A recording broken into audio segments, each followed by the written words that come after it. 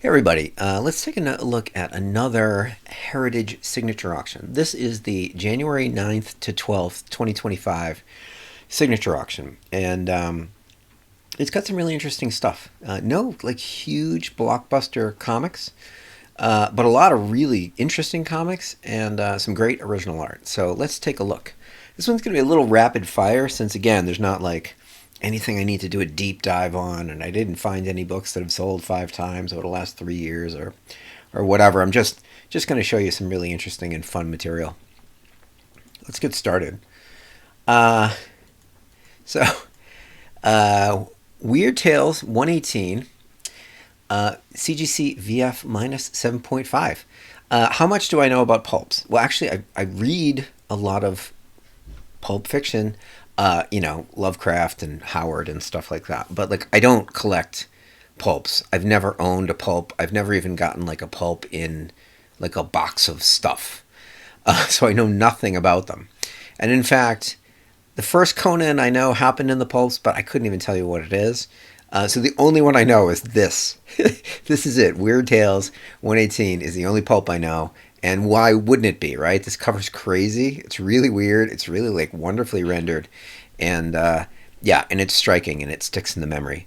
So this is the only one I would buy if I saw it at a garage sale. Like I could see that first like Conan and just not even recognize it.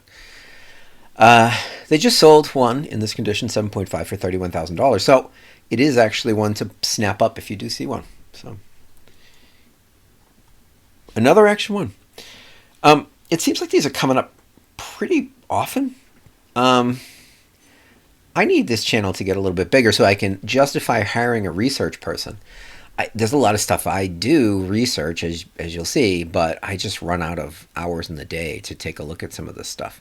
And some of it would be really interesting. It's just that, I have to pick off the first thing on the stack that is interesting to me, right? And so, some of these things get pushed down the queue. So keep liking and subscribing and sharing with your friends and notifications and all that stuff and comments and all that, and then the channel will be big enough that I can make an excuse to hire somebody. So, but I would actually like to track the number of action number ones that have sold every year in the CGC era to see the trends, because I just feel like there's just more coming up more often. I mean, you understand why the $6 million, right? That brings books out of the woodwork, but like, I just feel like there's a lot of them, and I feel like there was a period in the 2000s where you just didn't see these books at all. Now, obviously, this is restored, but still, I don't know. This is just me, like, finger in the wind. I feel like more have been coming up for sale, so it'd be interesting to actually know. Let's see. This is the first Action 252 I've mentioned on the channel. I've never owned this book. I love this book. And it's got a textbook like anti-Wonder Woman. It's the best example of how to introduce a character to the world on the cover with this dramatic thing that actually tells like a bunch of her story right there. It's like an amazing intro cover. And there's another example of like a really great intro cover coming up later in the auction. So we'll get to that. Pricing this one is tricky. One of the four, there are 492s, highest grade, sold for $50,400 in January of 2024 at Heritage, which is like preposterously low, considering that same copy sold for $45,410 in 2015. On the other hand, 385s sold for around $20,000 in 2024 as well. So is this a $25,000 book, half of the $50,000, or $40,000 book, twice the 8.5? I think realistically it's probably a $40,000 book, and that 9.2 or a 9.2 would be more of an $80,000 book or $75,000 book, but the market will let us know. We'll definitely see, and I'll be keeping an eye out for that one. Black Cat Mystery number 50 file copy. This copy is actually pretty insane. I know we like look at Seduction to the Innocent and it was like this witch hunt and whatever, however you want to phrase it, and this cover is actually pretty crazy. Like this would freak people out right now. So there are a few pre-code horror covers that are just ridiculous, and this is one of them, just so gruesome. So And we get to, so if you've been watching the channel, I've talked about how Luke Cage 1 hit $102,000 and it like broke my brain. And then it has dropped down to the last one sold for $48,000 in November of 2024. So we'll see like where, if that is the level, if 48,000 is the level, or the person that bought it for 48,000 is one of the people that kind of now is dropping out of the bidder pool and this won't sell for as much. We'll see. More Fun 52 CGC 6.5 white pages. So great preservation, white pages, and this is a sharp looking 6.5. I didn't like dive deep into the grader's notes and like go over it with a fine tooth comb, but at arm's length, this thing looks like a VF. I don't know. Gorgeous book. Gorgeous book. Hopefully it finds a good home. Okay. Are you predominantly a gold Silver Age collector? Do you have any idea what this book is worth? Would you be surprised if I told you the last two 9.9s sold for around $40,000? There's only one 10, by the way. There's only one mint 10. And that's probably a $100,000 comic at this point. It's crazy. It was kind of crazy to me, although I knew that this book was very valuable. I hadn't actually looked at what the dollar figure was for a 9.9, and now I know, and it's a pretty big number. So, and on the heels of the art selling, I wonder if this will get a little glow off of that, as people think. And the movie this year, like, I don't know, it might be the perfect time to sell one of these. We'll see. Suspense Comics number 3, CGC 4.0, classic Alex Schomburg cover. Some paper loss and damage to the spine are what you wish for with this book, right? You want the central image area to be gorgeous, and you can take some damage on the edges, and that's what you have here. This is a nice looking copy, and it's going to sell for a bunch of money. Tough to value, though. 1.5 sold for $51,000 in June of 2024. And since the church copy is not in a CGC holder, it's not in GPA, so I don't think any copy of this book is actually sold for over $100,000. If I'm not mistaken, I would have to research it, and I just thought of that right now. So sorry. But that, yeah, it may be that this one is the first that sells for over $100,000. I don't know. Regardless, it's gonna do well. It's gonna be the pride and joy of a classic cover collector's collection. Freshly graded this November, Detective Comics number 38, CGC 8.0. This is such a funny book. I've talked about it before, like how it kind of lags some of the other detectives, and I feel bad for Robin sometimes because people don't like him. I like Carrie Kelly. I mean, I don't particularly like Robin. Like I love the early of the Batman 27 to 40 kind of like early detectives. I like the earlier ones better. I'm admitting it. It's fine. No one cares. This is Batman number 1, CGC Fair 1.0. Super ugly Batman number 1. I love it anyway. By the way, once I sold a bulk lot, which had like an X-Men, like it was like 50 books, and there was I graded everything, and there was an X-Men like 121 in there. And there were photos of it, and you could see that there were pieces missing. Like, it was in a group lot, but I mean, you could see everything. And I listed it. It was like X-Men 121 Fair, FR, just like it is here. And the guy bought it, and he thought he had just like got one over on me. And he's like, this book is in disgusting shape. And I was like, yeah, I listed it as a FR. She's like, I don't know what FR is. And I was like, it's a 1.0. Just look at the grading scale. It's like, I graded the book for you. But you thought you were going to like get one over on me. And it's like, I don't know. He had the temerity to like complain. And it was like, you were trying to scam me, basically. You thought I didn't know what I had. And I did. And you didn't get to scam me. And then you were mad at me because I graded the book correctly. I don't know. It was funny. I was nice to him, but I mean, and that's the first time I've told that story. But it was pretty funny. So super ugly Batman number 1. But I love it anyway. And if I had it, it would be the pride of my collection. Because as I mentioned, I've never owned a Batman number 1. How is this a 1.0? I asked myself when I looked at this remarkable comic. CGC notes, All interior wraps completely split and detached. That's why. It's also from the collection of John Burke. So, provenance, not pedigree, but provenance of a very important collector.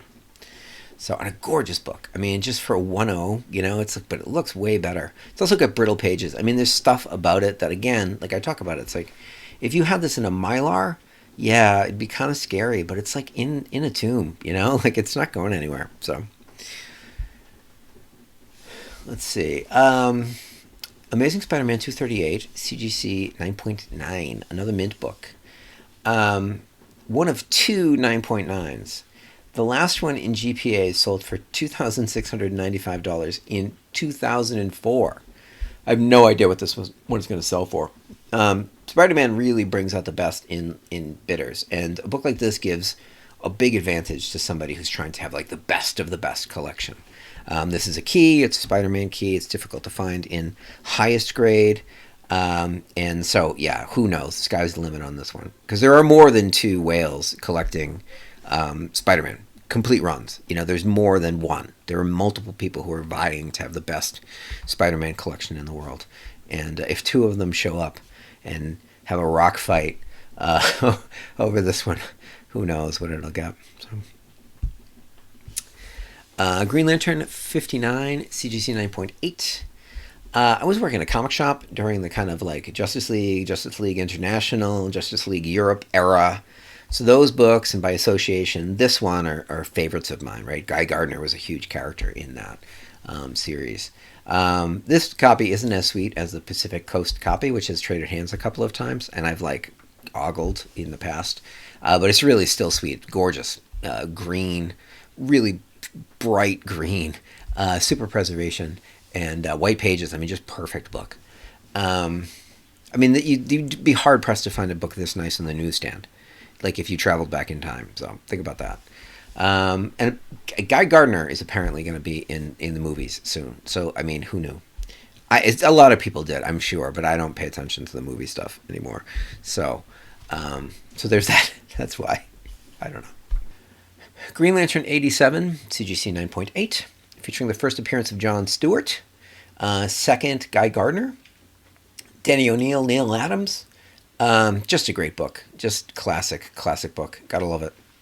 I love the cover, too. Like, really, really dynamic. Really, really dramatic.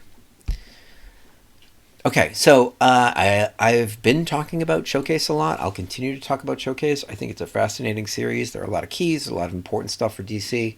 They're difficult. They're older than you think, because it's like, oh, it's a Silver Age book. But it's like, this is 5 years before Fantastic Four #1. And no one was buying it. So, it's just going to keep coming up. And recently I've been talking about how hard they are to get in high grade, and how like the highest grade is often 9.0. And the early Showcase books are impossible to find in high grade. And so this kind of run, there's a run of a few that I'm going to go through kind of in rapid fire that are one of one or one of two highest graded.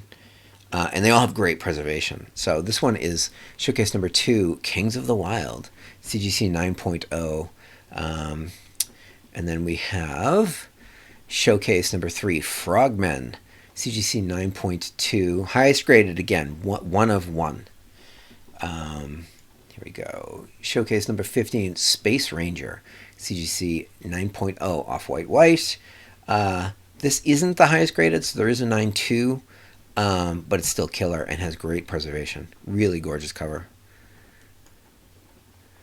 Another, this is one of three at 9.0. Again, the highest graded copy of some of these books is 9.0, which just is like, from a Marvel perspective, which a lot of people come into collecting from, is just like entirely different from what you expect.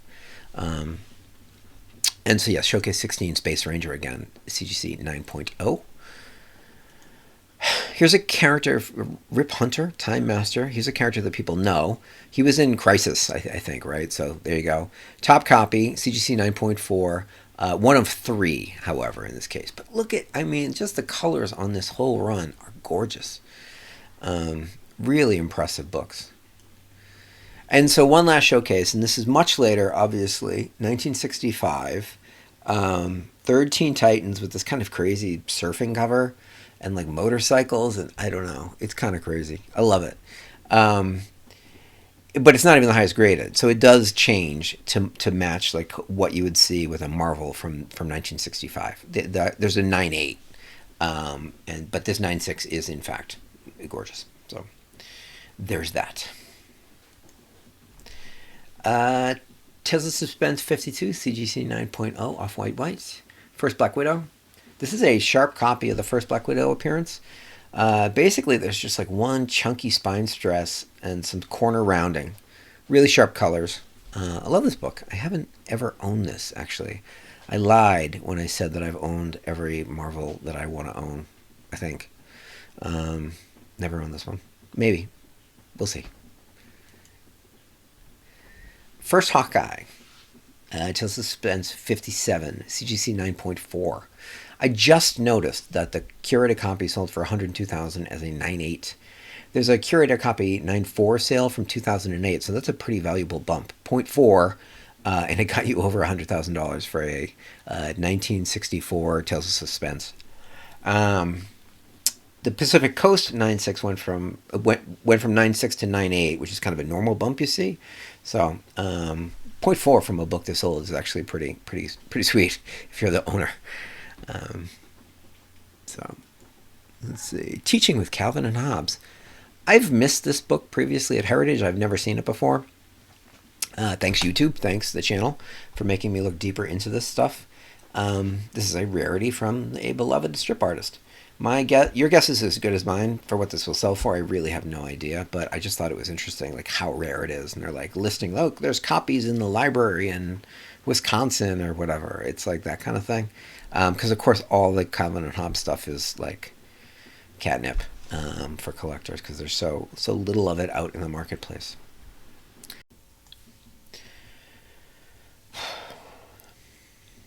L. Milgrom, Amazing Spider-Man 194, Black Cat first appearance, original cover art. Here we go. This is such a great cover. And, I mentioned it earlier with Action 252. Sometimes you just get it right with the character introduction on the cover. And this one is also perfect. Great image, great character. I'm excited to see what this one sells for. It's got to be the record for a piece of Al Milgrom art, right? I mean, it's got to be. If not, I wonder what it is. I should look that up. Wrights and Frankenstein. This is the first Frankenstein plate I've mentioned on the channel, I think. If so, sorry. This one is great. I love the way the rafters and the table frame the figures in the middle. Just a breathtaking work from Wrights, and as all the Frankenstein plates are. It's just amazing. Carl Barks' Money Lake painting, original art, 1971. So I talked about, in a short recently, I talked about the relative value of Barks painting and Frank Frazetta painting in the early 1990s. 1991 specifically, the Sotheby's catalog. And it was a funny one. There was like a relatively recent Barks painting that was estimated at $100,000 to $150,000, and then there was a Frazetta painting that was estimated at $40,000 to $60,000, kind of 2 to 3 times the price, and it was the Vampirella #1 cover art, which is insane. And I was saying, like, at the time, if that's 3 times for a Barks painting, that would the Barks painting would be worth like $35 million right now, because that Vampirella #1 cover is just iconic, and Frazetta's market has reached stratospheric heights, and Barks has kind of not gotten it hasn't grown as much. Let's just say that. So it'll be interesting to see what this one sells for. It's not one-to-one comparison, of course. This is part of a series where Barks was reproducing his 4-color number 386 cover, and the Vampirella #1 cover is obviously iconic and unique and historic, but still it'll be interesting to see what this sells for. So, I mean, Barks is, amazing part of the hobby, and is such a huge part of the hobby, and is the focus for some people, right? Like, just like Ducks and Carl Barks is there's a reason there are a bunch of key comics, and there's a reason that, like, his art sells for so much money. So I'm not downplaying it. I'm just saying it's like Frazetta has gone ahead by leaps and bounds. Dale Keown, Bob McLeod, Incredible Hulk 379 cover, original art. I love this Keown cover. I was working at a shop at the time, and it was definitely an event like every month when a new issue from this run came out. Great stuff from Dale Keown and Peter David. Just loved it. So love this cover. So interesting to see where this one goes. Amazing Man 12 cover art, Frank Miller. I I had no idea that this cover existed. I do not remember it at all. I was This is like the first year I was working at a shop. I think it was either 86 or 87. It's probably 87, but like Frank Miller at that time was so huge. Like this must have sold for like a premium, like it would have been a wall book practically. I don't know if it actually would have been, but because I don't remember it, but I don't remember it. And then I saw the cover, original cover art, and I was like, this is crazy. It's great. So I don't remember it. That's funny because it's really the colored artwork looks amazing. This is an amazing looking cover. I don't know. It's funny. So this is probably somebody's grail. Like it's probably somebody was probably like Amazing Man fan, huge fan, and they just like geeked out when Frank Miller did the cover and like I would love that art, and then now here it is for sale. So Frank Miller, Klaus Janson, Daredevil 179, story page 1. So I get a bit of a Will Eisner vibe from this one, because like the spiked title at the top kind of feels like a Spirit Splash page title to me. Not like one of the architectural ones, right? But like he did this like lettering thing. It just seems like one to me. I mean, there's obviously some other stuff. You could Crickstein or whatever, but like I just get the Will Eisner vibe, and it's a great page. I mean, it's just like the sai and that's Elektra holding a sai. She's about to poke it into Ben Urich's back, and but there's no like actual main characters. Sorry, Ben. There's no actual main characters in this, right? Like I think Elektra is like that. She might be visible. I can't really see. She might be visible like in a shadow or something like that. But the sai is the only indication that she's even there. And I would love this page over some action pages because I remember this one really clearly. And then like the next sequence where she pokes the sai into his back, very menacingly. It's very cool. So okay, Killer McFarlane page, Spider-Man number 7, story page number 11.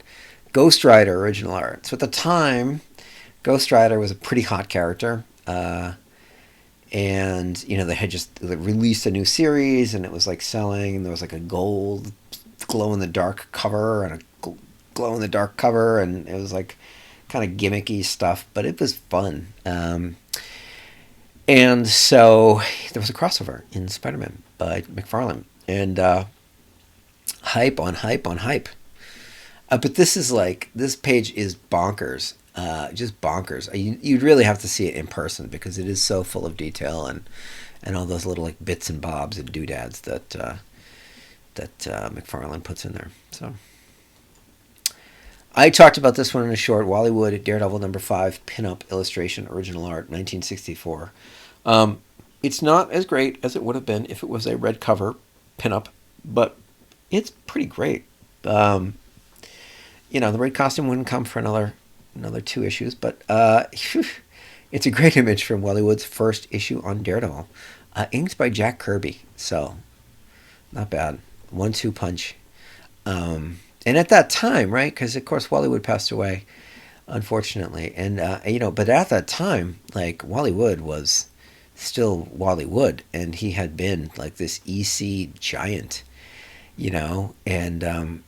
and that was still relatively recent, right? And if you were kind of a comics aficionado, you're like, oh my God, Wally Wood from EC is doing, and of course Kirby was huge too, but Kirby was Kirby, but this was still like a meeting of titans. This is less obvious now because Wally Wood is, doesn't have as long a legacy as Kirby, but and his legacy is in the 50s really. But for me, it's significant because I love those ECs and I love Daredevil, and it's just I love Weatherwood's work. So great one, great one. So here we go. So Todd McFarlane and Jim Sanders, Incredible Hulk 337 X Factor story page 11. Again, like this Hulk run. So this include the Hulk run before Keown. There was like Todd McFarlane had a small run. It was just like really good run for a while on, the Peter David stuff was really good. And this page features two X-Men. So they were in X Factor at the time, but original X-Men, Jean Grey and Cyclops, and Doc Samson. So as well the Hulk. So you gotta love it, right? And it's McFarlane. There's some Zipatone, which is always fun. It's like people now they're like, oh, Zipatone. It's like this novelty, but it was a thing back in the day. It was really cool. And so yeah, this one's awesome too. So, and then finally, my last lot. I went back and grabbed another comic because I had forgotten this one, and I'm going to try and get better at not missing stuff that I shouldn't miss. So Startling Comics number 49, CGC 9.0, Off-White to White. This is the first Alex Schomburg airbrushed Zella cover. He would sign these Zela. And it's like one of the all-time classic covers, if you ask me. I collected some of these like better Nador Zella covers back in the day, specifically Exciting, because there was a run of like 9 or 10 of them, and I was trying to get them all. I had like 4 because none of them are cheap, and I was trying to get high grade ones, and those are great, but those do not compare to this one. So this is like one of my favorite Golden Age covers, and I never bought this. Like I never targeted this, which is kind of weird because it was like, oh, I want the Exciting run, and then someday I'll get a Startling 49, and well, the prices have. It was probably worth twice as much at the time as those Excitings, and now it's probably worth 10 times as much. So, oops. But I love everything about it.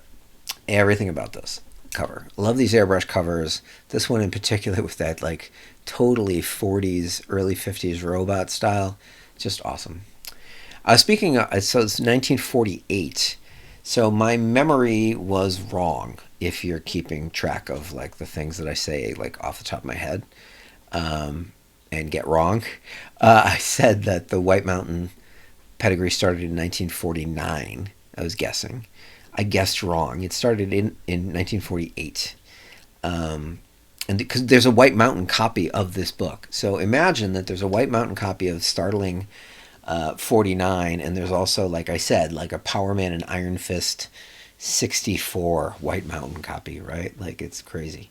It stretches that long, and as you can, that one is a 9.4, I think, or a 9 or an 8.5 or something like that. It's a really high grade copy.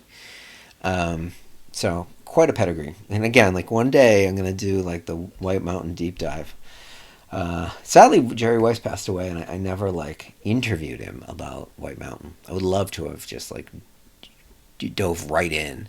I talked to him about it, like asked him if he knew where the Daredevil 1 was and whatever, and this like little anecdote here and there, but I didn't know he'd lose his knowledge so soon, and I never like reached out and said I'd love to interview you and get all the information I can about White Mountain from you, because it's it's such a great pedigree, and it's important to me personally, so as a collector. So and with that, we're done with this preview. It's a crazy auction, right? No super blockbusters on the comic book side, but there's a great selection of books. I think there's really like a lot of really interesting stuff in that kind of like $10,000 to $50,000 range. Like all the showcases, the mint books, the Amazing Spider-Man 238 and the New Mutants 98. And of course the Spider-Man 194 cover, which I just think is a perfect example of original art from that era. Yeah, I don't know. It's great. It's going to be fun to watch. And so I am not sure what I'm going to post next week. But there are a few different videos in the works. Some are, again, like just kind of looking at current stuff that's going on because we have some auctions that are running, auctions that are coming up. And then there's some more historic stuff that I'm working on. And a couple of those are just taking longer than I expected. So, which happens because I have to do research and then I get my idea about what I want to do changes, right? So I'm doing a video about comic book pedigree, Silver Age comic book pedigrees and key books in those pedigrees, right? And I'm like, well, I should just show you all of the ones that I found. So I'm like putting together this probably 180 image video where it's like, oh, let's look at all of the pedigrees I'm able to find. But, why not, right? It's fun for me to look at them, and it'll be fun for you to look at them as I talk about, which ones are easier to find in a pedigree and which ones are more difficult and whatever. Just doing a deep dive on comic book keys from the Silver Age and their pedigree, equivalents. So, yeah, so we'll see. Something will be coming up next week and it'll be good. Or it won't be. I don't know. You'll be the judge. So, yeah, thank you if you've made it this far, especially the last couple of minutes of me rambling. Thank you very much. I'm really enjoying doing this stuff. The channel continues to grow, which is thanks to you. If you haven't already, please subscribe. Like the video, comment on it, tell me what your favorite auction lot is, tell me what I missed, which is great.